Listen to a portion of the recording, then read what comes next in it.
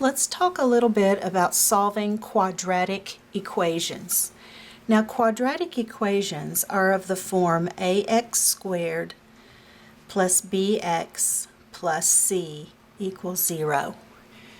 And so what you have to notice is that if you have a quadratic equation, your highest exponent is a 2. And so we're going to review how we solve quadratic equations, and the first method that we use is called factoring. Now, factoring works some of the time, not all of the time. But in these two examples that I have right here, factoring will work.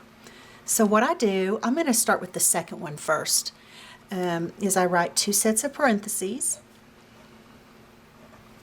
And you'll remember that x squared is x times x. And then we choose two numbers that multiply to be negative 35 and add to be negative 2. And I know that negative 7 times positive 5 is negative 35, and negative 7 plus 5 is negative 2. Now, if you would FOIL this back, x times x, x times 5, negative 7 times x, and negative 7 times 35, and combine terms, you would get your x squared minus 2x minus 35. So these are the factors. Now, once we have the factors, we set each factor equal to 0. And solve the equations. So if x minus 7 equals 0, x equals 7. And if x plus 5 equals 0, x equals negative 5.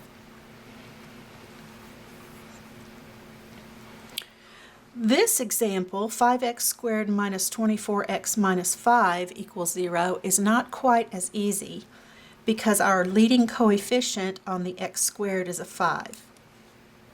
So we'll just have to think through this a little bit more. Think of the two terms that multiply to give you 5x squared, and those would be 5x and 1x. And then in this position, we want to put the numbers that multiply to be negative 5. Well, 1 times 5 are the only factors of 5, so we're either going to put a 1 here and a 5 here, or a 5 here and a 1 here.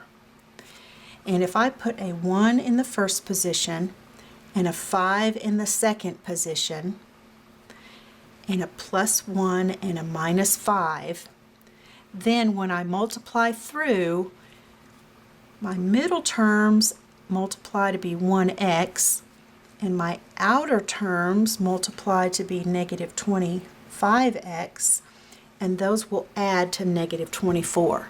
So that's how I know that I have the right factors. Now I will set each factor equal to 0 and solve. 5x plus 1 equals 0. If I move the 1 over to the other side and divide by 5, I have x equals negative 1/5. X minus 5 equals 0. If I move the minus 5 over to the other side, I have x equals 5. Now let's go to the calculator and let's actually put in y equals 5x squared minus 24x minus 5. 5x squared minus 24x minus 5. And I'm going to graph that in the standard window, so I'm going to press zoom 6.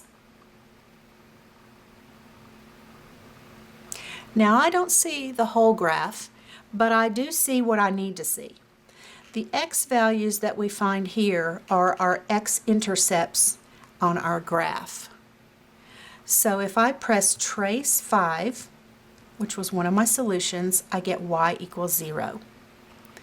And if I do trace negative 1/5, I get y equals 0. So what I have found when I factored is the x-intercepts on the graph of this function.